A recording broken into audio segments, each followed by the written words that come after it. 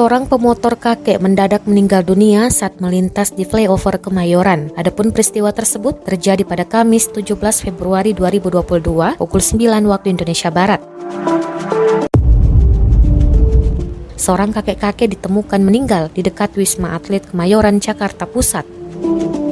Menurut kabar yang beredar, kakek-kakek tersebut sempat mengendarai sepeda motor, kemudian ia melintas di flyover Kemayoran. Saat di jalan turunan, ia pun mendadak terjatuh dari motornya. Warga dan pengendara lainnya kemudian membawa korban ke pinggir jalan dekat halte busway Landasan Pacu Timur. Saat digotong warga, kondisi kakek-kakek tersebut sudah tak sadarkan diri, dan saat dicek, kakek tersebut sudah dalam kondisi meninggal dunia.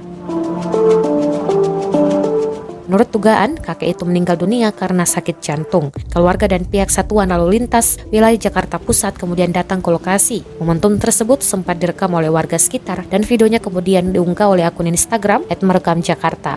Setelah diunggah, videonya langsung viral di media sosial.